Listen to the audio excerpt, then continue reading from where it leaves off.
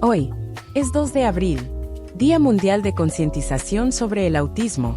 Hoy también es el inicio de Raíces Financieras, un espacio donde hablamos de dinero, sí, pero también de conexión, de decisiones, de conciencia.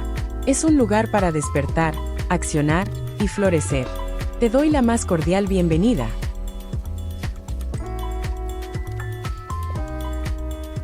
Buenos días, tardes, noches. Hoy es un día muy especial en lo personal porque me interesa bastante difundir la información sobre la concientización del autismo. Entonces, el día 2 de abril se celebra precisamente a nivel mundial esta ocasión de hacer conocer a más personas información real y relevante sobre lo que significa la condición del autismo.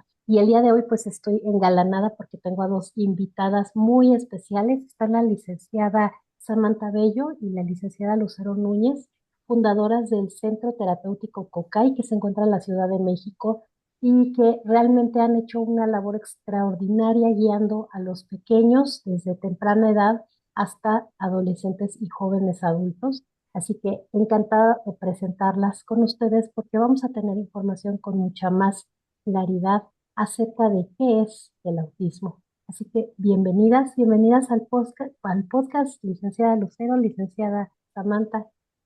¿Qué es el autismo? Creo que hay muchos mitos alrededor de este nombre y me gustaría que nos apoyaran para empezar a quitar esos mitos alrededor. ¿Qué es lo primero que debería saber una persona que está aprendiendo sobre autismo? Adelante. Bueno, primero que nada, como términos generales y más como coloquiales, porque creo que siempre se busca y siempre sale como los términos científicos, ¿no? Entonces, como un poquito más, como hacer un poquito más esto más ameno en cuestión de qué es el autismo, creo que es importante decir que si bien es un trastorno, es importante verlo como que es una condición de vida, algo que les va a durar a la persona que está diagnosticada con autismo desde que bueno, desde antes de que lo diagnosticaran, pero porque dura toda la vida, ¿no? Entonces, más que nada es como verlo así, ¿no? Como que es algo que tiene que aprender él a vivir con él, tiene que generar también herramientas para que pueda llevar una vida de calidad.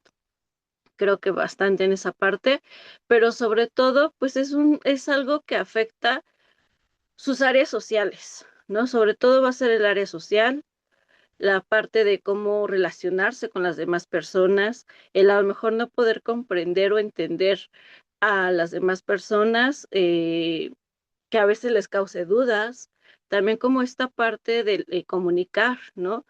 Tanto sus emociones como sus necesidades, pues es algo que se les va a estar dificultando, pero también y muy importante es la parte sensorial.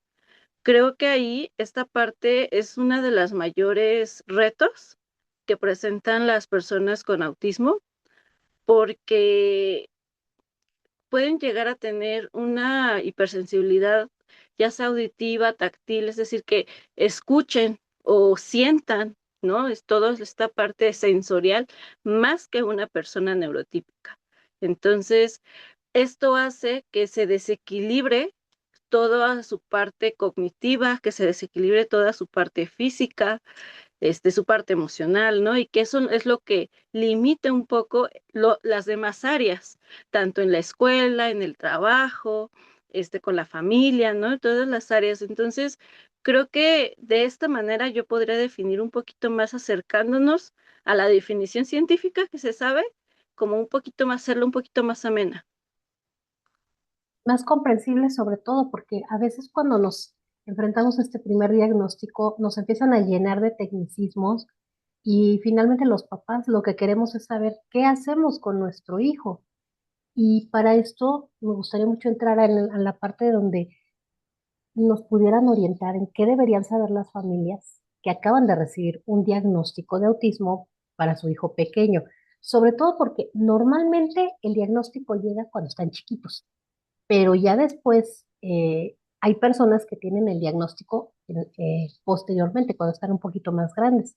Entonces, ¿qué sería lo más importante o lo primero que deberían saber las familias y cómo se podrían preparar ante este diagnóstico, tanto emocional como mentalmente, para lo que sigue, porque el diagnóstico es el arranque. Claro, aquí lo primero que haría, y bueno, lo que algo se hace ahí en Cocay, es como ver las emociones de los papás, ¿no?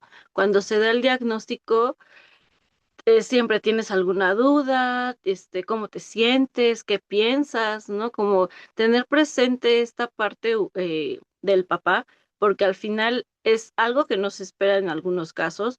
Hay quienes ya lo vienen estudiando y quienes a lo mejor ya hasta buscaron por internet y todo, ¿no? Como las características que están presentando sus hijos. Pero es sobre todo que sientan, o sea, que esta parte emocional que tienen ellos al final es un duelo al diagnóstico porque cuando uno es padre tiene muchísimas expectativas sobre los hijos, ¿no?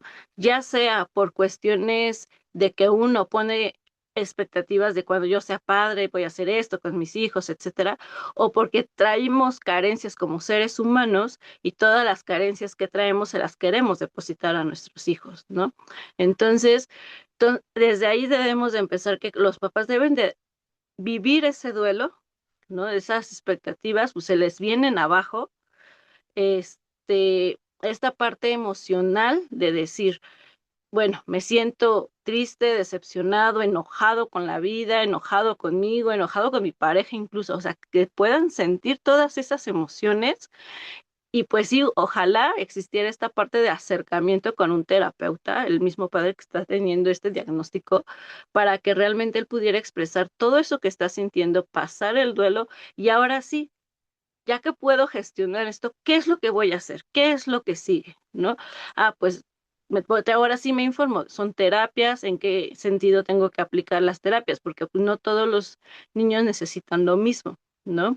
Entonces, a ver qué es lo que tengo que hacer, cómo se hace y que pues entender que pues no es el fin, ¿no? O sea, muchas veces se ve como el diagnóstico, chin, ya, ¿no? Me dijeron que tiene autismo y ahora, ¿no? Siempre es como, y pues ya se acabó, mi hijo nunca va a avanzar. Vienen como muchas partes delimitantes, muchos bloqueos por parte de la familia. Entonces, como esta parte de impulsarlos de que, pues no, o sea, no es el fin de algo, al contrario, es el inicio, empezar a ver como las habilidades que ya tiene el pequeño y cómo con esas habilidades va a poder disminuir todos esos retos que está teniendo en ese momento y entender qué es eso, es el momento, porque así como va a ir creciendo, va a tener diferentes situaciones y va a tener otra vez nuevos retos y otras habilidades, ¿no? Entonces, que entiendan que es por eso como un acompañamiento, ¿no? Como esta parte de que siempre debe de existir como ese acompañamiento terapéutico por las diferentes situaciones en las que vive y por las situaciones que va a pasar el papá con su hijo, además de las terapias de sus hijos, ¿no? Sí, esta parte me parece vital visibilizarla, porque muchas veces se siente o se piensa que con llevar al peque a sus terapias ya se está cumpliendo como papá y ya con eso se va a resolver todo o se va a resolver mejor. Pero en realidad el tema de que el papá tome terapia para esta aceptación de diagnóstico creo que es vital para el avance. Y esto me lleva a la siguiente duda de ¿qué pasa cuando uno de los papás se desconecta, ya sea emocionalmente o de plano se ausenta después del diagnóstico? Porque lamentablemente esto es muy común. ¿Qué pasa en ese caso? Claro, sí, es muy, muy común como lo mencionas, realmente yo creo que como de estos papás que se desconectan, yo creo que un 80% generalmente es la parte masculina, ¿no? Muchas veces, pues la mamá no puede huir del problema, ¿no? Entonces, esta parte, la mamá empieza a asumir responsabilidades y empieza a cargar, a cargar, a cargar, a cargar, y también, pues, esta parte empieza a ser como frustrante, más frustrante, ¿no? Digo, también habrá mamás, por eso nada más me dejé como un 80%, porque pues también hay esta parte de madres que a lo mejor es el otro 20% donde pues se desconectan ellas y es el papá, ¿no? Que realmente es el que va, el que hace, el que está al pendiente y toda esta cuestión. pues sí, ¿no? Como lo mencioné, es importante que a lo mejor cuando se dé el diagnóstico, ver el núcleo familiar y no soltar, ¿no? O sea, si se está haciendo un diagnóstico, desde ahí empezar a trabajar a lo mejor sí la terapia con el menor que se necesita, pero también con la familia, para que a la familia se empezara a hacer cargo ambos, ¿no? Los dos empezaron a ver desde chiquito y toda esa parte, pero al final, cuando hay una desconexión, pues se tiene que hacer a la persona que se está haciendo a cargo del niño, pues hacerla resiliente, ¿no? Ahora sí que no queda más que hacer a esa persona fuerte, que empiece a ver que pues ella va a poder o él va a poder solo y que él es el que tiene que confrontar pues todas las dificultades o que se van presentando, ¿no? Pero que al mismo tiempo empezarlo a enseñar a que se tiene que dar sus descansos, ¿no? Para que vaya, pues es difícil muchas veces hacer el equilibrio emocional, personal, de trabajo, etcétera, etcétera, pero sí, sí enseñar, ¿no? Como una reeducación realmente a esa persona para que valore sus emociones, para que se valore ella como persona, para que pueda equilibrar pues toda esta parte. eh, y pues sobre todo es eso, ¿no? Como que va a ser un doble trabajo porque pues es el duelo del diagnóstico más aparte el duelo de que se está deslindando su otra pareja, su complemento, el que veía como acompañante en todas las situaciones, pero sí, ¿no? Como que tendría que existir esta, eh, ahora sí que labor emocional, mucha labor emocional con la persona que se quede a cargo. ¿No? Sí, está intenso, ¿no? Sobre todo el desconocimiento de todo el proceso que se va a seguir. Sí, exacto, pues es que realmente es algo súper o sea, un proceso muy largo, ¿no? No es de un momento, de una hora, de 2 horas, de 3 días, ¿no? Muchas veces el diagnóstico se dice, ah, pues no hay lugares que dicen, no, pues en una hora me lo dieron. No hay lugares en los que dicen, no, pues en 3 días, o no, pues me tardaron un mes completo, ¿no? Pero nada más fue para dar el diagnóstico, pero después pues no va a ser de una hora, no va a ser de 2, de 3 días, de un mes, ¿no? Sino va a ser un acompañamiento, pues realmente de que esa persona vaya entendiendo qué es lo que está sintiendo, cómo lo está sintiendo y qué es lo que voy a hacer, ¿no? El gestionar todo eso para saber que todo eso va a ser pues mi motor de arranque para poder ayudar a apoyar a mi hijo, pero aparte para poder apoyarme a mí mismo. Ujú. Sí, claro, y creo que esa parte es muy buena también visibilizarla, que el cuidador entienda que parte de poder atender bien a su peque, pues es que se aprenda a cuidar y atender a sí misma o a sí mismo, ¿no? Claro, y eso está como muy dejado a un lado. Creo que, como lo mencionas, o sea, yo llevo a mi hijo a terapia y ya, ¿no? Y no nada más es como el de, ahí me lo arreglan, porque muchas veces pareciera eso cuando van a terapia, ¿no? Como ahí me lo arreglan y ya, pero pues no, no es un arreglo, ¿no? Pero aparte de eso, o sea, el papá tiene que ver esa parte, ¿no? Esta parte de que yo como papá tengo que estar bien para poder que mi hijo avance, para que mi hijo aprenda, para que mi hijo tenga sus logros, una mejor calidad de vida y que pues al final creo que el objetivo de cualquier papá es que el hijo logre ser lo más independiente posible, ¿no? Entonces, esta parte de que yo no me cuido siendo el cuidador primario de mi hijo con trastorno del espectro autista, pues sí está muy dejado de lado, ¿no? Entonces sí es como, dices, muy importante empezar a ver que no, sí tienen que estar bien ellos para poder estar bien para sus hijos. Sí, sí, me parece muy, muy importante esta parte porque entran varios factores. Uno de ellos justamente es el factor económico. Es como entender que parte de los gastos cotidianos que va a haber en casa son de cuidado para ambas partes, tanto para las terapias o lo que requiere el niño, como también para el cuidador primario. Y esta parte muy importante también, el tema de pensar en que el autismo se cura. ¿Qué pasa cuando una familia cree o tiene esta información errónea? El autismo es una enfermedad y que se cura y entonces cuando ve que ya está avanzando, dice, ay, ya no necesita la terapia.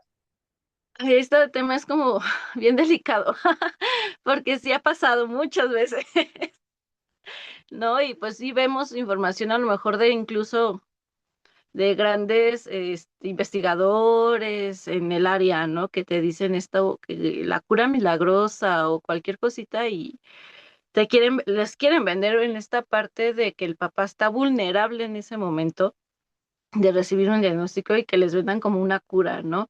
Y pues sí, muchas veces se veía como el autismo como si fuera una enfermedad, ¿no? Por eso es que nosotros tratamos de cambiar el nombre un poquito en cuestión de que, que vean que es una condición, es como algo que vas a llevar en ti, ¿no?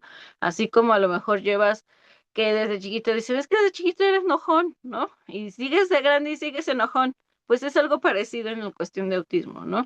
Entonces, esta parte de que los papás empiezan a ver avances, pues qué bien, y pues felicidades a todo el contexto que está trabajando con el niño, esta parte de que está existiendo avances, pero que noten esta parte como de que ya se curó, pues no, a lo mejor en ese momento se van de terapia, ¿no? Y empiezan a lo mejor, si ya están en edad escolar, pues empiezan a meterlos a las escuelas, si no está en edad escolar y está todavía más pequeño, pues entonces lo que hacen es pues ya mantenerlo a lo mejor en casa o en las guarderías, y si van estando más grandes, pues ya las dejan y pues ya, ¿no? Pero esta cuestión a largo plazo, que era lo que comentaba al inicio, pues sí, en ese momento necesitaba ese tipo de terapia, esa intervención para poder disminuir los retos que tenía en ese momento. Pero a lo mejor pueden pasar 2, 3 años bien, ¿no? O menos tiempo o más tiempo, pero entonces empiezan a haber otras dificultades. Y entonces yo creo que aquí el padre debe de ser como más consciente en esa parte y poder decir, bueno, pues sí, a lo mejor ya no necesitaba, yo pensaba que ya no lo necesitaba y entonces ahora lo llevo, ¿no? Lo llevo de nuevo, retomo, empiezo a hacer terapias, o sea, que también no se vea como chino, pues ya lo saqué y pues ya, ni modo, ¿no? Sí, fue mi error y ya no buscan esa ayuda porque creían que ya se iba a curar. Digo, al final, el creer que es una enfermedad y que se va a curar es parte de la no aceptación del diagnóstico, ¿no? El verlo como que no estoy aceptándolo, por eso estoy buscando algo que lo cure. Entonces, al final, es por eso que comentaba como la parte de vivir el duelo, porque pues al final de la etapa de duelo es la aceptación, ¿no? Ya aceptarlo, pues es ese punto en el cual voy a poder decir, no, pues no es una enfermedad, ahorita necesita esto, vamos a hacerlo, después a lo mejor veremos, ¿no? Eso es en cuestión cuando lo ven como cura, pero también mucho de lo que sucede es la cuestión económica que tú mencionabas, ¿no?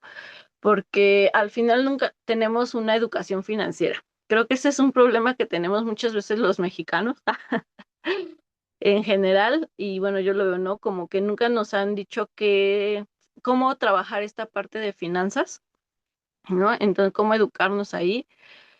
Y pues al final sabemos que es un gasto las terapias, la terapia con el niño, como mencionaba también la terapia de uno, si es que lo estamos llevando a cabo, el cuidado con uno, ¿no? Y no nada más en terapia, sino todas las demás necesidades que conlleva tener un hijo, ¿no? Desde la alimentación, pues el hogar, la vestimenta, etcétera, etcétera. Entonces, pues todo eso se tiene que estar valorando. Y ese es creo que uno de los puntos clave que también hay como que de dejar las terapias, que como no hay una adquisición económica, a lo mejor en algunos casos que pueda solventar como todas esas necesidades que están teniendo.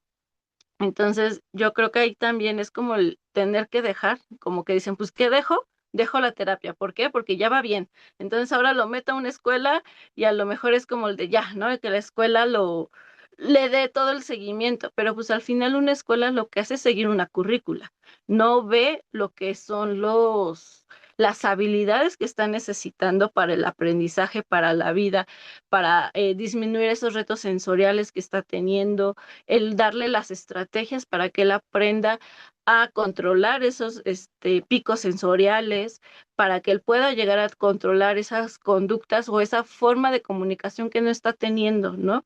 Entonces, al final, la escuela no va a sustituir las terapias, lo que va a hacer sí es complementar, ¿no? Todo lo aprendido en las terapias lo puede empezar a aplicar en la escuela, pero sí es como la forma en la que se van los papás por ese tipo de pensamiento, ¿no? Sí, yo creo que también ahí hay mucho desconocimiento en muchos de los aspectos, ¿no? Justamente este podcast tiene la intención de empezar a educar financieramente a las personas, pero para mí esta parte de la población es vital que tenga esta información. El hecho de que una canasta básica incluye la terapia para los chicos. Y bueno, ahí sí ya es a nivel de experiencia personal, que soltar la terapia y dejarle solamente a la escuela no funciona porque cada área tiene su propio expertise. Y aquí me gustaría mucho que nos comentaras qué diferencia hay justamente para ver esto de la escuela. ¿Qué diferencia hay entre enseñar habilidades funcionales y preparar realmente a un chico para enfrentar al mundo? Y no sobre todo, no solamente así enfrentarse, sino que tenga una vida digna en este proceso. Creo que habilidades funcionales es para mm, yo manejarme en el momento, ¿no? Muchas veces nuestros chicos tienen que jugar role-playing para entender, ¿no? Y más para entender es como el de qué tengo que contestar, entrenarme, qué es lo que tengo que hacer, qué es lo que tengo que contestar para ese momento, ¿no? Por ejemplo, lo que se les enseña de habilidades básicas desde el inicio, ¿no? A ver, llegas a un lugar, dices, hola, me llamo tal, ¿quieres jugar conmigo? ¿No? ¿Cómo te llamas? ¿Quieres jugar conmigo? Esa es una habilidad funcional para ese momento. ¿Por qué? Porque soy niño. Entonces, la palabra jugar es como la parte de decir, pues es mi forma de interactuar, ¿no? Pero al mismo tiempo, en esa parte, ya le estoy enseñando una habilidad para toda su vida, ¿no? Al decir, llego a un lugar y saludo, doy mi nombre, ¿no? Y pregunto el nombre de la otra persona. Aunque sea a lo mejor muy mecánico, pero yo sé que a lo mejor si ya después voy a ir a conseguir un trabajo, yo llego a alguna reunión familiar o algo, mi primer acercamiento con una persona que no conozco tiene que ser así, ¿no? Entonces, al mismo tiempo, enseño una habilidad funcional, pero al mismo tiempo enseño una habilidad que me va a ayudar, pues, para toda la vida, ¿no? Para poder ser esta persona independiente pero ya no le voy a decir como adulto, ¿no? Vamos a jugar, ¿no? Entonces, pero muchas veces no se da ese paso, ¿no? En los chicos, al no generalizar, pues ellos no están entendiendo que es eh, que lo primerito que tengo que entender es que tengo que saludar, ¿no? Para mí lo primerito era a lo mejor el jugar, ¿no? El estar con la otra persona porque no me sabía relacionar con el otro. Entonces, a lo mejor nada más se me queda eso. Entonces, también irle enseñando en terapia, pues que sí, que en ese momento fue el jugar, pero ya maduró, ya es más grande y pues ahora se le tienen que enseñar de otra manera, ¿no? Para que sea una habilidad para toda su vida. Por eso es como hacer como la diferencia en qué momento estás, de qué momento estás hablando, ¿no? Porque creo que las habilidades, ya que son para toda la vida, si bien desde pequeño van enseñándose, pero ya creo que es de una adolescencia a una adultez, estas especificaciones más, ¿no? Para unas habilidades de vida independiente. O no sé tú, Sam, cómo ves ya en esa parte de juventud. No podemos separarlo. O sea, las dos van de la mano y dependiendo cada etapa, es cierto.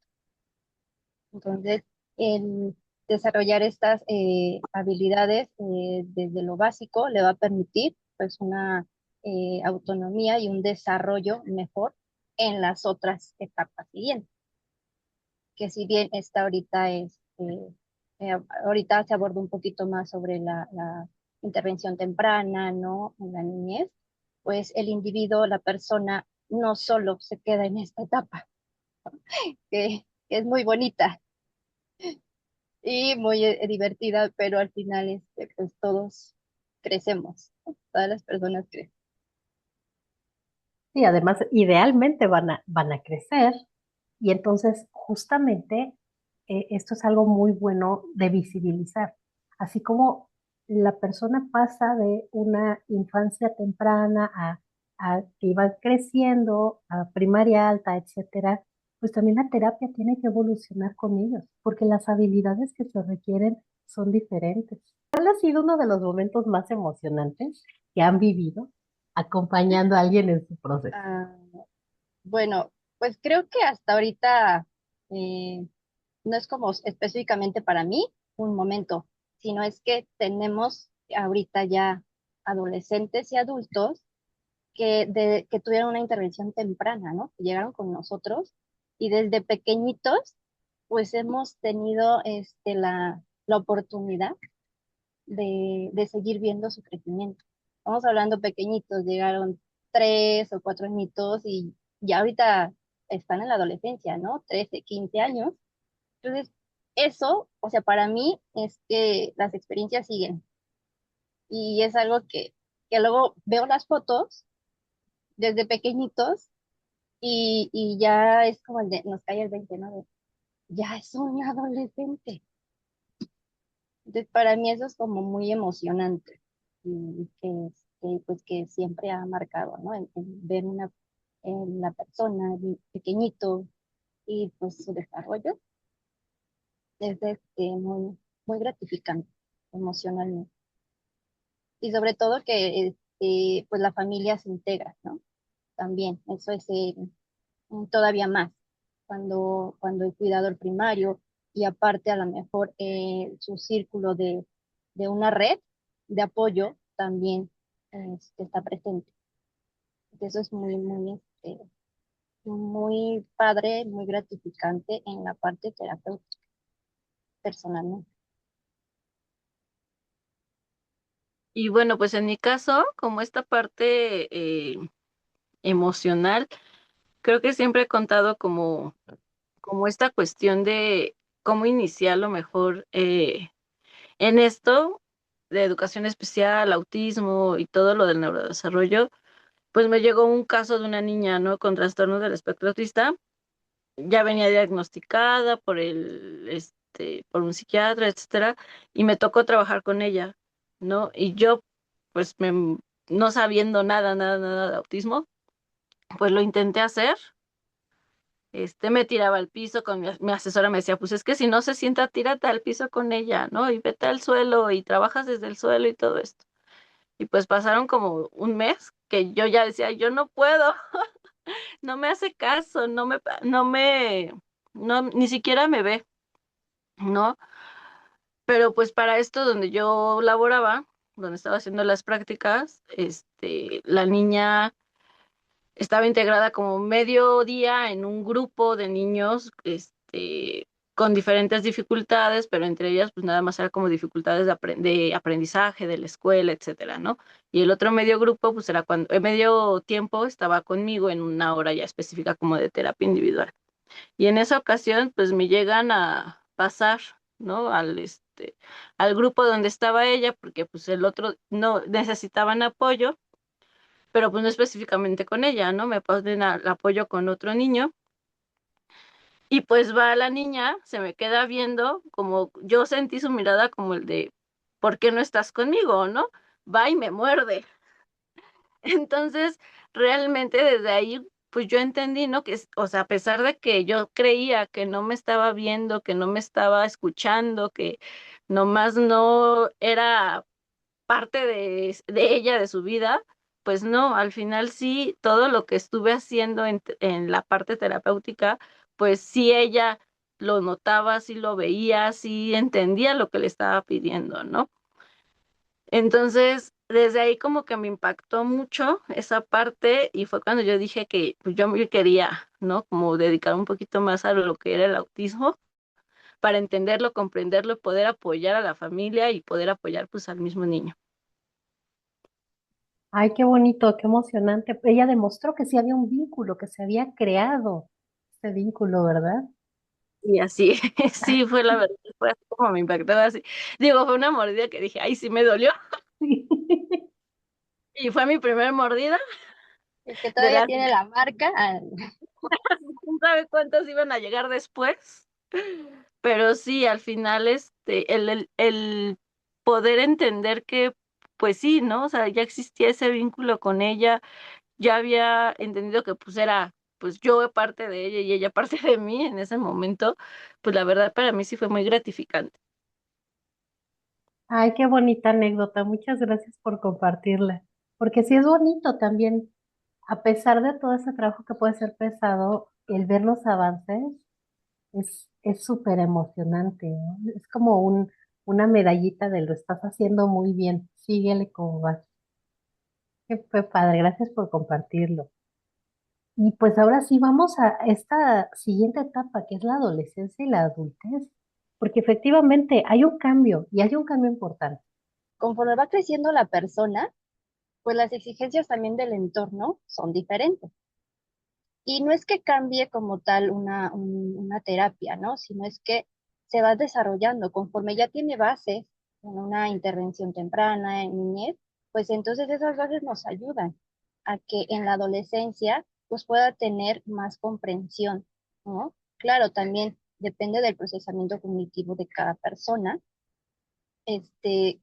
cómo se le va presentando, ¿no?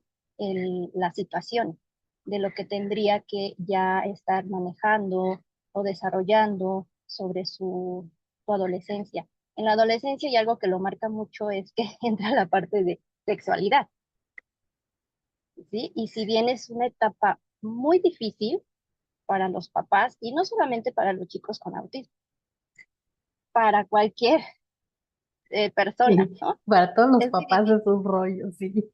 Sí, claro. Incluso en algunas familias, aquí retomando un poquito del duelo que platicó Luce, es que también en esta etapa viene otro duelo, porque viene también la negación de, no, es que mi hijo todavía no, y es un niño, y es que está pequeño, y ya cuando empiezan a notar también sus cambios físicos, pues les cuesta un poquito, ¿no? De trabajo aceptarlo. Si bien aquí ya es otro proceso también para la familia, el de aceptar esta etapa de su chico o chica, ¿no? Y porque pues vienen muchos cambios cognitivos, físicos, en esta etapa y pues, bueno, también enseñar, ¿no? Nuevos conceptos, nuevas conductas, de autoconocimiento, de la autoestima, ¿no? Están muy atentos también en esa parte de su identidad corporal, en la salud sexual también, el, mm, todas estas conductas, digamos, que también se desarrollan en un chico o chica regular, como en alguna otra persona, ¿no? Y también, pues, dependiendo, como te mencionaba, su, el procesamiento cognitivo, pues también ahí nos va a dar pauta de hasta la misma persona nos va a dar la pauta de hasta dónde poder, ¿no? Va a ser su entendimiento de lo que le vamos a mostrar, de lo que le vamos a enseñar. No hay límites, pero pues al final también los chicos ahora sí que ellos también nos van guiando en su proceso, ¿no? Entonces, yo puedo decir, híjoles, pues quizá nada más le voy a enseñar, ¿no? Hasta espacios privados, pero no, o sea, sigue dando ya, ok, comprendió esta parte de genitales, espacios privados, conductas adecuadas en ciertos espacios privados, y entonces puedo seguir, ¿no? Y incluso nos demuestran y ellos también son nuestros maestros en todas las áreas, ¿no? En todas sus etapas. Y está muy interesante porque lo que sí he notado mucho es que es muy fácil encontrar terapias para chiquitos, pero a partir de adolescencia como que disminuye esta oferta y mucho más pensando en el tema de un camino hacia, bueno, si no hay mucha problemática escolar, a lo mejor para acceder a niveles superiores de estudios, o si hay una problemática mayor, llegar al tema de la inclusión laboral. Ok. Para la parte laboral también, pues es pues todo un pues reto, no nada más para la persona, ¿no?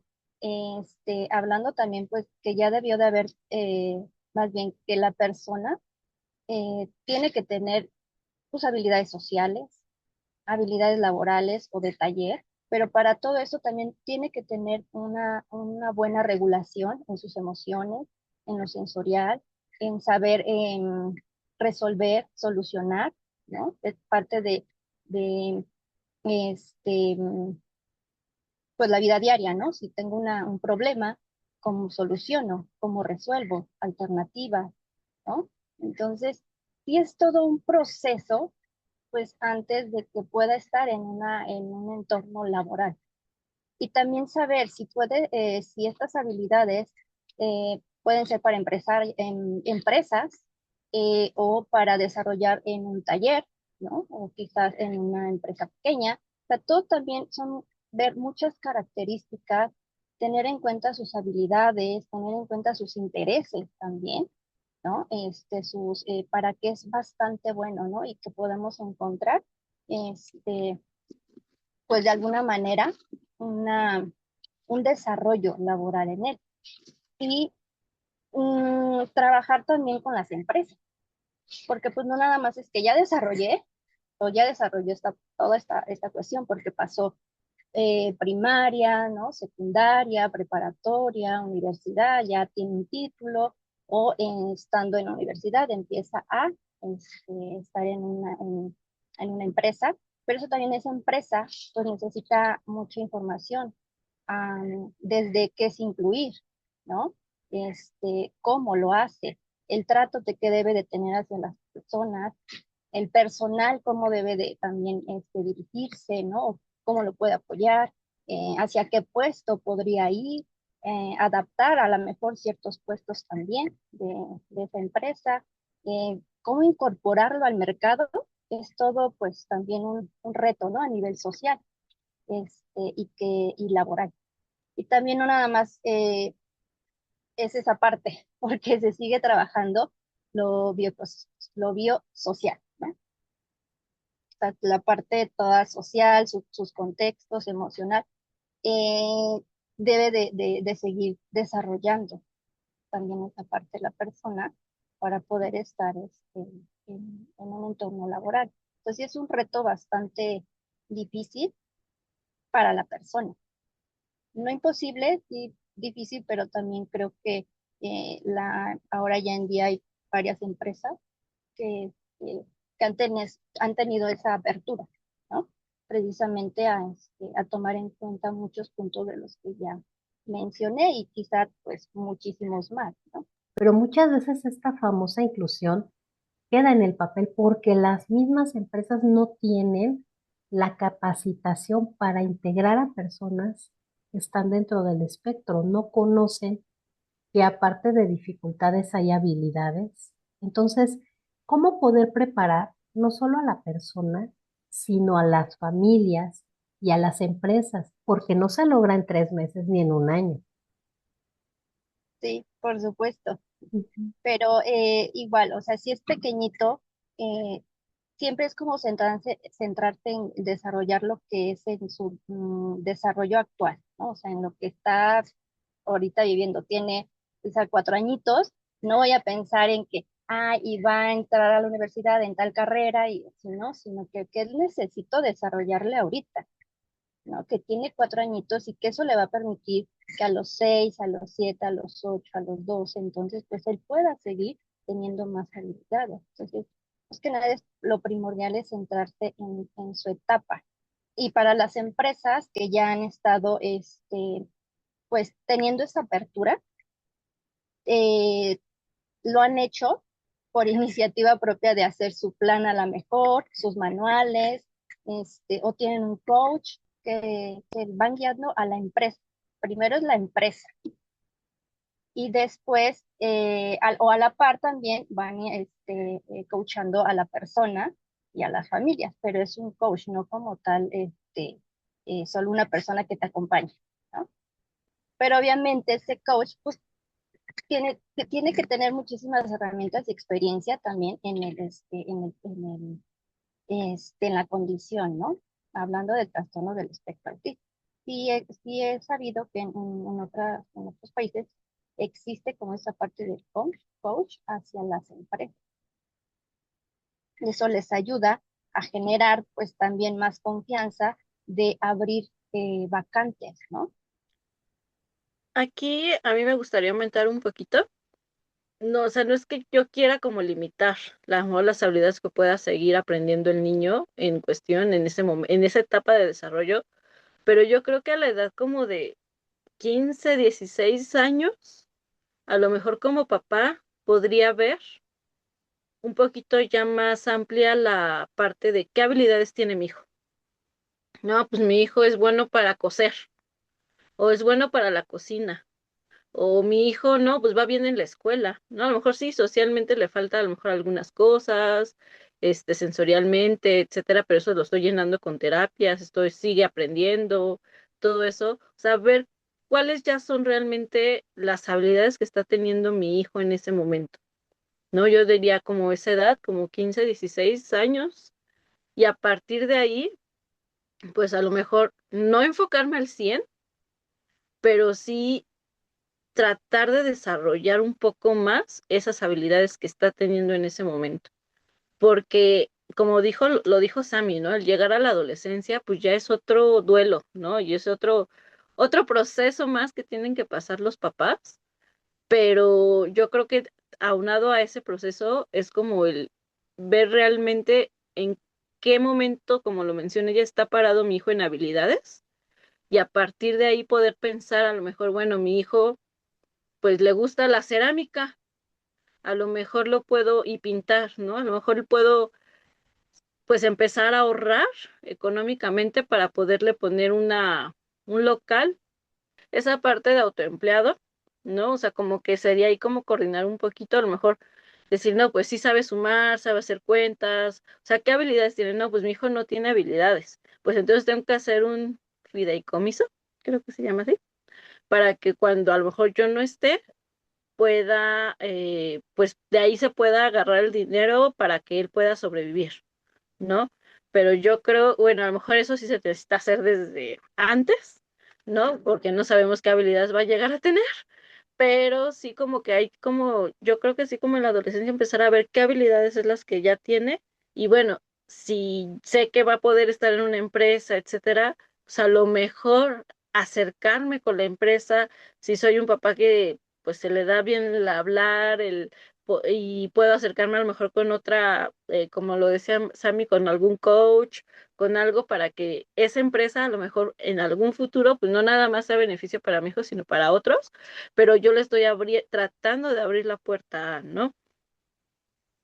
Sí, muchas gracias. Es que justamente el tema del mercado laboral integra tanto al propio individuo como a la terapia que pueda recibir de acompañamiento para potenciar las habilidades, pero esto viene a través del conocimiento. Entonces, es una labor que realmente lleva tiempo. Y efectivamente habrá quien tenga que ser como punta de lanza para esto. Y creo que una de las primeras cosas es lo que estamos haciendo ahora, visibilizar que existe, que no se quedan bebitos, no se quedan niños, y que también hay esta cuestión de qué sigue después de que ya pasaron la primaria, ¿no? ¿Qué más hay después? Si es que mi hijo no logra un avance académico, ¿qué más hay allá? Va por ahí la pregunta. Sí, claro, porque y también es respetar los intereses y los gustos, porque pues, pues quizá podamos decir, bueno, es más fácil que pinte, ¿no? Pero no le gusta. O sea, si eso le causa pereza o al contrario lo frustra,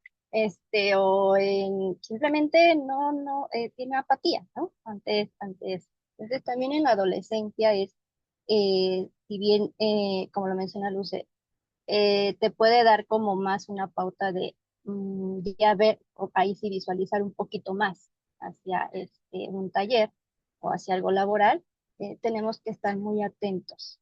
Incluso si nada le gusta, si nada quiere, pues es ensayo y error. A ver, vamos a hacer esto, te presento esto, intentamos. Es así. En otras ocasiones, en otros chicos a mí me gusta esto, ¿no? Y te lo expresa o lo hace y de ahí pues ya ir fomentando estas habilidades e ir desarrollando esos gustos precisamente para em, el autoempleo, como menciona, o pues bueno, para estar en esa parte laboral, ¿no? Ay, muchas gracias. Pues yo creo que hay demasiado por compartir con respecto al autismo, pero me gustaría dejar libre este último tramo para que nos comentaran qué sería importante que la gente se llevara como información, algo que no hayamos abordado ahorita y que podríamos compartir para la población en general. El tener un chico o chica dentro del trastorno del espectro autista es también que le den la oportunidad de educarlo como cualquier otro integrante de la familia, con límites, con esta idea de, pues tienes que desarrollarte, serlo autónomo, tener la autonomía y con dignidad, ¿no? Dentro de casa, el primer núcleo, el primer contexto donde se tiene que desarrollar esta autonomía es en casa y brindarle una seguridad en su entorno es en casa. Entonces, yo creo que también esta parte de que sea un integrante de la familia con autismo no significa pues que tengan, ¿no? Que sobrepasar algunos límites, ¿no? Los límites, siempre he dicho que no están peleados con el amor, con el cariño, ¿no? El límite también es una forma de comunicarles, de decirles que pues, esto no es adecuado y lo van entendiendo y pues bueno, eso creo que sería lo ideal, ¿no? Que es otro chico, individuo, persona, como cualquier otro ser humano y como tal, pues tiene los mismos, ¿no? Los mismos derechos dentro y fuera de casa como cualquier otra persona. Ay, muchas gracias. Luce, ay, Yo sería como el siempre buscar un círculo de apoyo, sea con familia, amigos, conocidos, ¿no? De, buscar como ese apoyo y y tratar de nunca sentirse solo o sola. Creo que algo que pasa mucho es eso, ¿no? Que se van aislando, ya sea la familia nuclear o el cuidador primario se aísla con el niño. Y pues eso también perjudica tanto el avance como a la parte de salud mental de la persona que esté a cargo de la familia, ¿no? Sino que bien, si hay muchos retos a lo mejor a nivel social, esta parte de hacer que el niño sea partícipe también en todos los núcleos, ¿no? Porque que con los abuelos, que con los tíos, o sea, que todos ellos participen y sean como los partes importantes en la intervención del niño, del que sepan que pues no se va, o sea, sí es un niño o sí es una persona como todos los demás, pero hay que modificar un poco ese ambiente en cuestión de que el niño pueda seguir avanzando, ¿no? Y que pueda desarrollarse en todos esos demás núcleos, ¿no? Porque muchas veces escuchar a papás que dicen, no, pues es que ya mejor dejamos de ir a la plaza porque siempre está llorando en la plaza porque quieras, sucede algún ruido o algo, ¿no? Es que dejamos de ir con la tía porque la tía hace tal cosa, ¿no? O sea, sí, no es, ya me aíslo, ya me dejo, me centro nada más en mi familia nuclear, ¿no?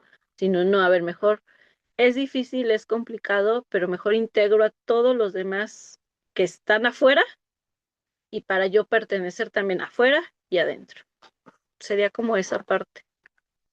Y eso es muy importante también porque muchas veces lo que se hace es aislar al individuo cuando lo ideal sería irlo integrando poco a poco y también que la sociedad vaya conociendo qué significa interactuar con alguien que tiene alguna dificultad y en este caso con autismo.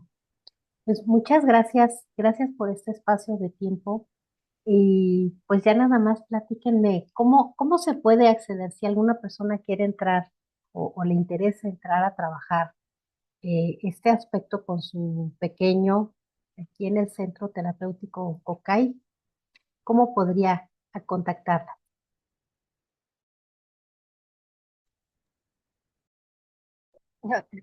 Estamos de, estamos en la página centroautismo.cocay de Facebook, en Instagram centro.cocay y pues bueno, en la página están todos los datos, los números telefónicos, las intervenciones, las terapias que se brindan y sobre todo que bueno, también algo que realizamos, que realiza el Centro Terapéutico Cocay es que eh, no solo abordamos al pequeñito, ¿no?